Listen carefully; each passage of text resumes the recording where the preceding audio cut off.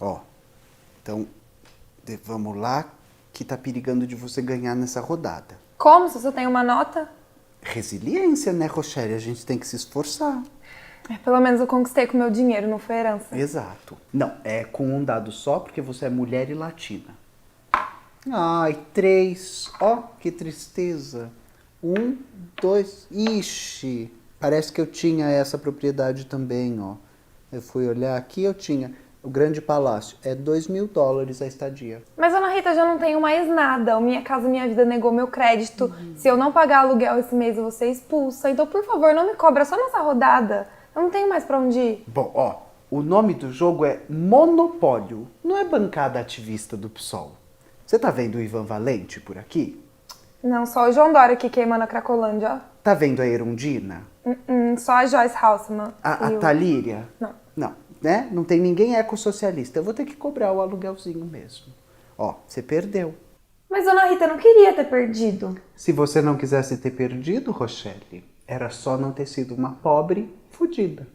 Só pobre fudida.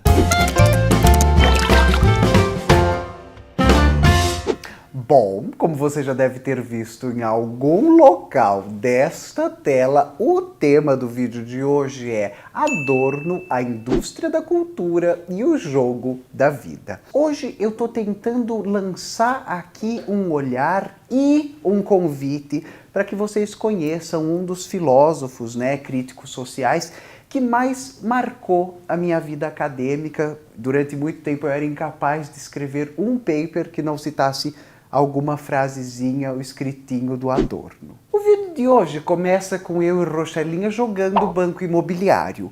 E eu não me surpreenderia se este tivesse sido um dos jogos de tabuleiro mais presentes da sua infância. É mais ou menos aqui que não importa a sua idade, tá? Porque esse jogo vem sendo mantido como um bem de cultura das nossas infâncias por um interesse que não mudou muito desde os nossos pais até a gente. Bom, e aqui quero falar sobre outros jogos que devem ter também marcado sua infância, como por exemplo o Jogo da Vida ou o War. O que esses jogos têm em comum é que eles transformam em brincadeira modos de estar no mundo e de encarar a vida. Por exemplo, no Jogo da Vida, você ganha se você juntar bastante dinheiro, se tornar um magnata.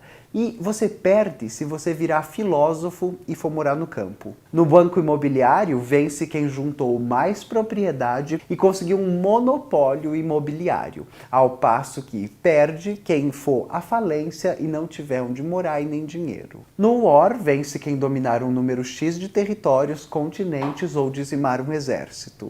Ao brincar de Forte Apache, vence quem dizimar os índios.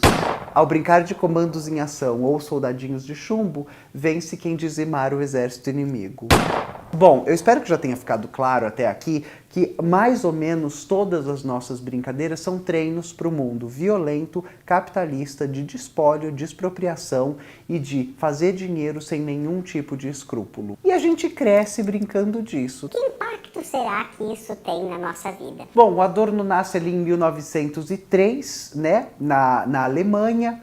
Ele vem de uma família muito rica, né? A família dele era de comerciantes de vinho e tal, e ele queria ser compositor, mas, né, por uma sorte nossa, ele conheceu a filosofia na escola e se tornou um filósofo. Em 34, ele já é proibido de lecionar na universidade, ele tinha uma vida acadêmica muito profícua, e ao ser proibido pela ascensão do regime nazista na Alemanha, ele foge para Oxford, na Inglaterra, e depois para Nova York, nos Estados Unidos. Aqui fica curioso a gente pensar que ao chegar nos Estados Unidos, nos anos 30, o seu Adorno se depara com uma classe operária muito diferente da que ele conhecia, com uma classe trabalhadora e com uma classe média muito diferente das que estavam constituídas na Europa de então.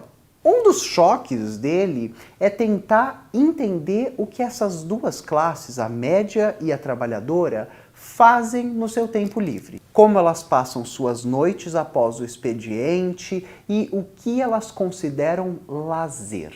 O Adorno percebia que o tempo de lazer se torna tóxico no capitalismo moderno. O seu Adorninho, ele tinha uma percepção de que no seu tempo de lazer, no seu tempo livre, As classes trabalhadoras e as classes médias deveriam otimizar suas potências, capacidades e instrumentos de decodificar a realidade.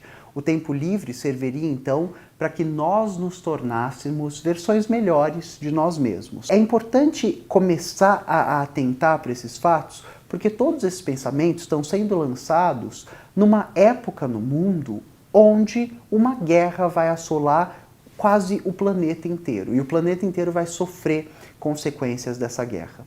Ter uma classe que sempre foi a maior parte da população, as classes médias e as classes mais baixas trabalhadoras, alienada, não envolvida no processo histórico, nas lutas, nas notícias, nas decisões, é interessantíssimo para quem controla essas classes. Esse termo, indústria da cultura, designa um novo tipo de produção que estava acontecendo naquela época do mundo. Uma produção em série e em massa de filmes, livros, músicas e outras obras de arte e outros bens de cultura. O Adorno vai atentar, por exemplo, para um fato super curioso, que é a forma com a qual a gente recebe as notícias durante um noticiário, né?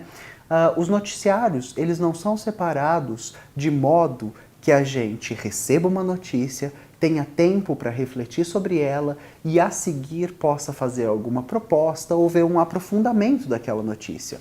Normalmente o que a gente recebe é uma notícia escandalosa sobre um rombo financeiro, sobre um roubo de verba pública e logo em seguida uma notícia de futebol ou de qualquer outra futilidade. Isso vai fazendo com que a audiência se torne apenas espectadora. Ela apenas observe, assista e espere a próxima coisa. A indústria da cultura nos oferece sempre entretenimento para que a gente preencha nosso tempo vago, descanse a nossa cabeça, não pense sobre a realidade. É como se depois de um dia exaustivo de trabalho, que já não deveria ser exaustivo, a gente recorresse a, por exemplo, uma plataforma de streaming para ver alguma coisinha boba que nos tirasse da nossa realidade conturbada e sofrida. Então, a indústria da cultura pega para si esse papel de ópio do povo, esse papel de oferecer alguma coisa que tranquilize as massas e que seja uma espécie de pão e circo para que não haja interação nos reais problemas e um desejo real de mudança desses problemas. Depois de pensar o noticiário, eu gostaria que a gente pensasse, por exemplo, as redes sociais com seus feeds infinitos e a nossa incapacidade de absorção de tudo que está ali, ou eu não vou nem aqui entrar no mérito de que a gente está perdendo a habilidade social na rede social, depois a gente faz um vídeo disso, mas um dos primeiros vídeos do canal foi sobre isso, a Rochelinha vai deixar aqui em algum lugar. Então, se a gente parar para pensar nos maiores blockbusters do nosso tempo, de outros tempos, eles costumam nos levar para mundos de fantasia. E aí, durante os anos 60 e 70, se falou muito em invasões alienígenas, em corridas espaciais. Nos anos 80, a gente viu a explosão de filmes de ficção científica, de terror. E o cinema, ele costuma nos levar para esse lugar da anestesia, da imaginação de outro mundo. E a não ser que ele seja muito bem manejado para nos dar ideias, vou deixar aqui o Bacurau, o que ele faz é apenas anestesiar e desinformar as pessoas. Quando a gente pensa em música para as massas, logo a gente vai pensar em música popular. E no caso dos Estados Unidos, a música pop, ou mesmo na Inglaterra, se a gente pensar nos Beatles, ela é sempre sobre encontrar um parceiro, viver um grande amor, idealizar o amor romântico, querer ele para si e pensar apenas em vida sentimental. Uma outra indicação bárbara para esse tema é a obra de arte na era da reprodutibilidade técnica. Um texto do Walter Benjamin, no qual ele se corresponde com Adorno. E existe uma brincadeira de que o Adorno teria dito ao Walter Benjamin em correspondência que o homem mais perigoso dos Estados Unidos era o Walt Disney. O segundo ponto do nosso vídeo é imaginar que o seu Adorninho conseguiu apontar que o capitalismo nunca nos vende o que a gente quer de fato.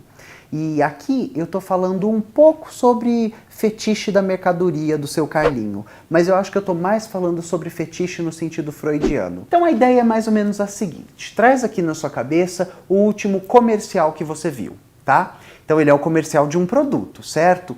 E aí ele é um comercial de margarina. Mas o que está sendo vendido para você não é margarina.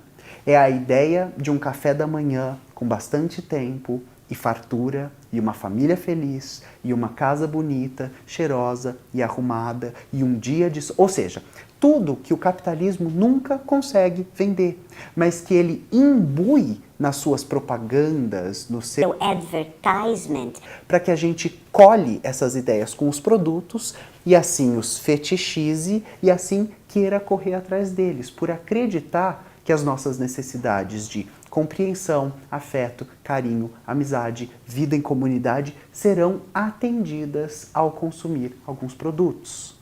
Se por um acaso veio na sua cabeça o comercial de dentifrício, porque sou retrô, no qual todo mundo tem tanquinho e pula na água e se diverte num dia de sol. ou o comercial de cerveja, no qual todo mundo é bonito, paquera e se diverte num dia de sol, ou o que sempre é a mesma coisa. Todo mundo se diverte, é feliz, está em conjunto, dividindo um momento muito contente e que não tem aparentemente nada a ver com o produto que está ali sendo vendido para você. E o seu Adorno é fundamental para que a gente consiga perceber a manufatura dos nossos desejos. Aqui no canal eu falo muito sobre a colonização deles e eu gosto de adicionar o termo colonização é porque normalmente a estrutura de pensamento, a estrutura de venda, a estrutura de consumo vem de fora. O Adorno permanece uma das minhas referências mais queridas, talvez porque ele faça um apontamento que provoca o marxismo ortodoxo.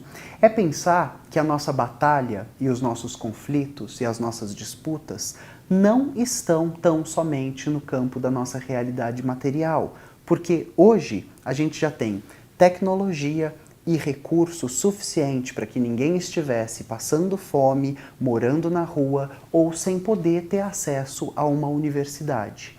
No entanto, o Adorno e toda a escola de Frankfurt vão nos apontar que o nosso problema é um empecilho cultural e psicológico. E são nesses campos que a gente precisa travar nossas batalhas, porque são esses campos que impedem as pessoas de lutarem pela sua realidade material. A provocação final que o Adorno nos deixa, e uma que eu sempre tento puxar aqui no canal, é de que a gente está vivendo numa cultura doente. Bom, é isso. Eu espero que vocês tenham gostado desse vídeo. Até semana que vem. Um beijinho. Tchau!